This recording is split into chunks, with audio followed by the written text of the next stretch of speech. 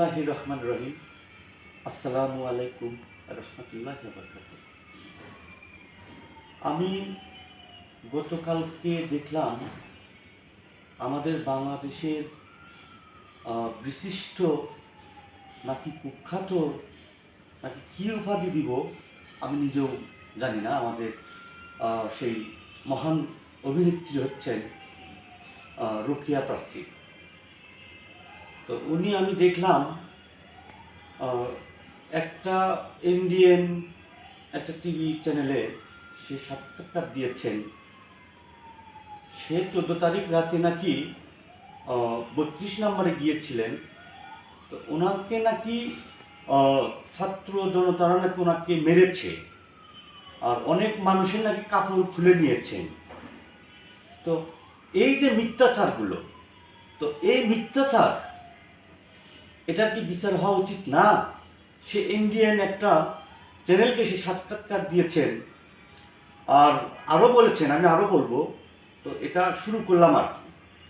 তো আমার কথা হচ্ছে, আমি তো এই ভিডিওগুলো ফুল দেখলাম। তো ভিডিওগুলো ফুল যখন আমি দেখলাম, এখানে তো ওনাকে কিছুই বলা হয়নি। উনি 32 নম্বরে গিয়েছেন, হয়তো ওনাকে এখানে সমাধি ওনাকে ইয়ে করতে দেয় নাই। তো আমার কথা হচ্ছে, আরও মিথ্যা কথা বলেছেন উনি টিভি চ্যানেলে। সেটা হচ্ছে, উনি বলেছেন যে বাংলাদেশে নাকি হিন্দুরা ওনারা নাকি খুব অসহায় হয়ে আছেন। আর 5 তারিখের পর থেকে উনি বলেছেন ঢাকা শহরে নাকি 100% বাড়ির ভিতরে 90% বাড়ি নাকি ডাকাতি হয়েছে। তো আমি বলবো যে রোকেয়া প্রাচী, আপনার বাড়ি কি ডাকাতি হয়েছে? আমার বাড়ি কি হয়েছে? হয় নাই। যদি আমরা হিসাব করতে যাই, কয়েকটা হাতে গোনা কয়েকটা, হয়তো তাও কে করেছে এই বিশৃঙ্খলাটা আমরা সঠিক জানি না, কয়েকটা। তো সে বলল 90% লোক নাকি 90% বাড়ি নাকি ডাকাতি হয়েছে, মিথ্যাচার। আর হিন্দুদের নাকি ওদের উপরে এমন অমানবিক নির্যাতন শুরু করেছেন, প্রত্যেকটা হিন্দু নাকি না সইতে পেরে রাস্তায় নেমে আসছেন। তো রাস্তায় নেমে আসছেন কোথায়? আমি তো দেখলাম না। আমি সিম্পল ছোটো একটা উদাহরণ দিচ্ছি। আমার ওই যে আমি শুনেছিলাম যে মাগুরাতে নাকি একটা মন্দিরে আগুন দিয়েছেন।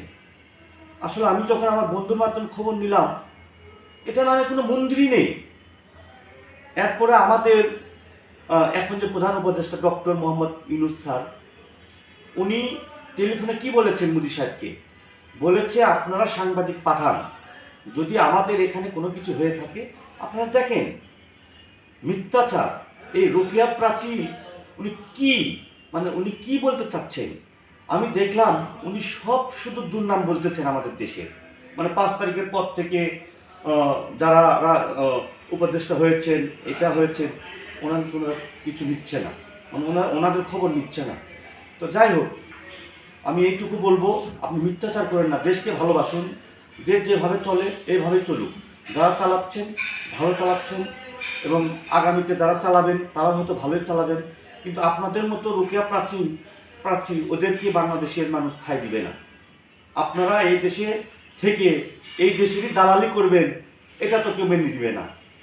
তো আমি তাই বলবো, ভালো হয়ে যান, ভালো কথা বলুন, দেশকে ভালোবাসুন। তো এটাই হচ্ছে আমার শেষ কথা। আসসালামু আলাইকুম রহমতুল্লাহি ওয়া বারাকাতুহু।